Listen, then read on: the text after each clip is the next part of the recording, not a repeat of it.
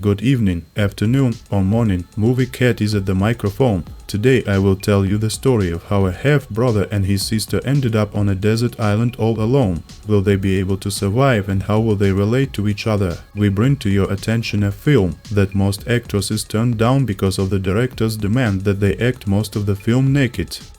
The Blue Lagoon. No, I'm fine. You just had a bad dream. Oh, don't never leave me. Dear friends, thank you for supporting this channel, liking, commenting and subscribing. 19th century, half-brother and sister, 9-year-old Richard and 7-year-old Emmeline, along with their father, travel to San Francisco. Crossing the South Pacific by ship, the crew reports to the captain about the approaching heavy fog. But he does not see anything wrong with it. Out of boredom, the children are examining things in the cabin of the cook, Paddy Button, when suddenly the owner himself appears and scolds the kids for this. Suddenly smoke starts coming out of the hold and the sailors assume that the gunpowder has caught fire. The captain orders Paddy to put Richard, Emmeline and their father in the boat and sail to a safe distance from the ship so as not to die in the explosion. Panicking, passengers and sailors are seated on the boats, so in such a bustle the father does not have time to join the children and boards the first available boat. Thick gunpowder smoke and fog creates zero visibility, but Paddy manages to sail with the children away from the burning ship. Suddenly there is an explosion and burning boards fly around, so Paddy concludes that the fire has reached the gin barrel.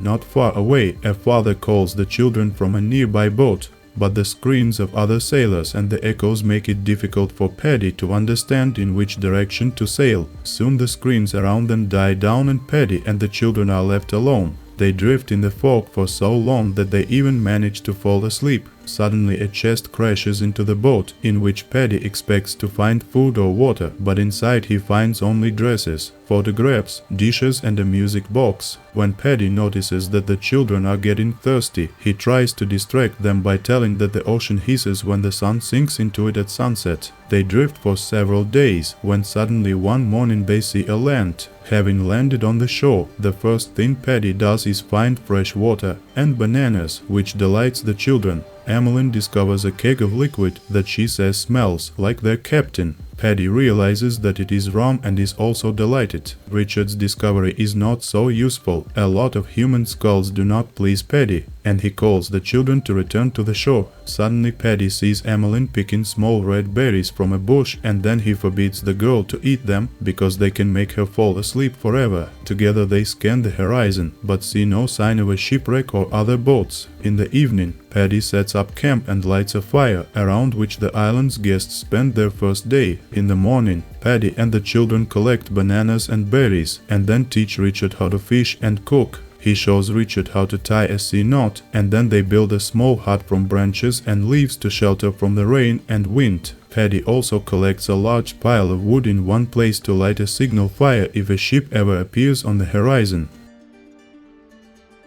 Months pass and Paddy explores the island further, collecting bananas along the way. One day, he discovers an altar with traces of a recent sacrifice and he is horrified. In the evening, Paddy tells the children about the terrible monster and makes them promise not to go deep into the island.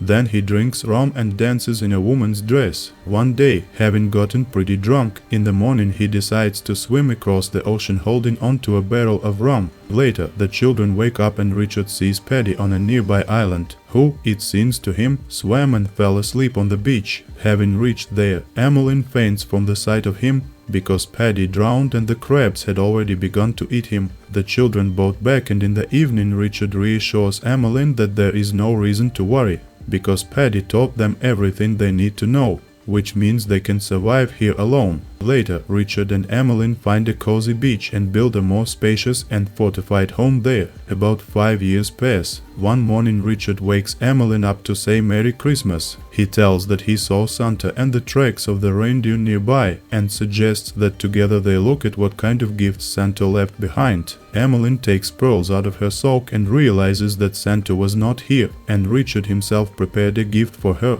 Emmeline kisses him for the first time, and then she becomes very shy. One day, Emmeline, swimming in the lake, suddenly sees blood in the water below her. Not understanding what is happening, she calls Richard to help, but Emmeline does not say kind of assistance she needs. and then drives him away completely. He offers to look at a possible wound because according to Richard, blood doesn't flow out of people without a reason.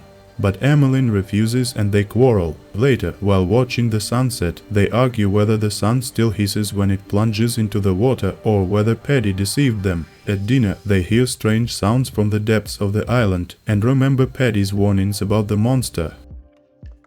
The next day, while walking in the jungle, Emmeline finds a stone statue and under it an altar with blood flowing from. She tells Richard about this and offers to go pray because in her opinion, this is not a monster but a god. Richard refuses and reminds that Paddy forbade them to go there. At night, Emmeline has a nightmare about how she loses Richard, from which she wakes up. Emmeline kisses Richard and asks him to always be with her. He promises this and then Emmeline pushes him away. In the morning, she sees Richard masturbating and asks what is he doing. But Richard gets angry and demands to leave him alone. Later, Richard sees a ship sailing in the distance and hurries to a hut where the signal fire is ready to be burnt. Having reached there, he notices Emmeline sitting, who calmly follows the already disappeared ship with her gaze. Richard is furious. He asks why Emmeline didn't light the fire, because this is the only ship that has appeared here in all the years. Emmeline replies that they don't need to sail anywhere, because their home has been here for a long time. Richard doesn't think so, so he builds a raft, loads it with water and fruit, and crashes 20 meters from the shore. Emmeline laughs, because this was already the fourth attempt to build a raft. She suggests leaving this idea, but Richard gets out of the water and immediately begins to build the fifth raft. They quarrel and Emmeline hits him on the head with a coconut, causing Richard to fall. She is immediately frightened and asks for forgiveness, but the embittered Richard goes into the hut and throws out Emmeline's things, and then invites her to build her own hut. For some time, Emmeline lives nearby, under the arch of a rock, screened by a thin grass wall. While swimming in the sea, she steps on the sharp fin of a fish and develops a fever. Richard finds Emmeline barely alive and, not knowing how to help her, decides to take her to God. He is so afraid the girl will die that he dares to break Paddy's strict prohibition. Before the altar, Richard admits out loud that he has forgotten all his prayers, but asks God not to take Emmeline from him. A few hours later, Emmeline opens her eyes. Later, Richard kisses Emmeline and they notice strange changes in the lower abdomen of both of them, as well as a rapid heartbeat. Richard guesses what needs to be done in such a situation, and they sleep with each other.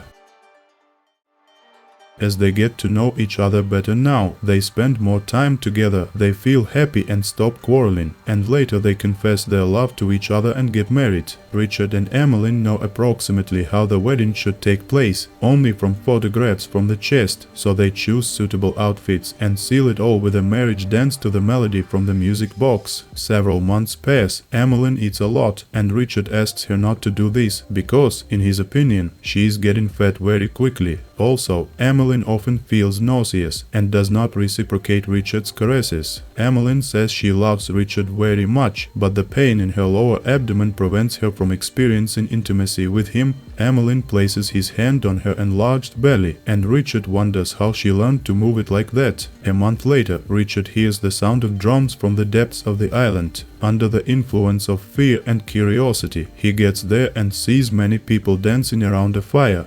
And then suddenly they cut the throat of their captive. Frightened, Richard rushes back to tell Emmeline about this, but finds her in the jungle as if wounded. He asks how to help her, and she holds her stomach, screams, and after much torment, a baby appears in her arms. Puzzled, Richard asks where Emmeline got it, and she says she doesn't know. They try to feed the baby fruit, but he refuses, and Emmeline carefully hugs him to herself. The baby lowers his head to her chest and shows his parents exactly what to feed him with. Later, Richard sharpens his spear and tells Emmeline that he saw other people in the depths of the island. Richard thinks that the natives don't know about their hut, but he wants to be ready to protect his family and home if necessary. The parents decide to name the baby Paddy in honor of the sailor who saved them. After a while, Emmeline teaches the grown-up Paddy to swim, and Richard shows how to throw a spear and hit a stone with a stick.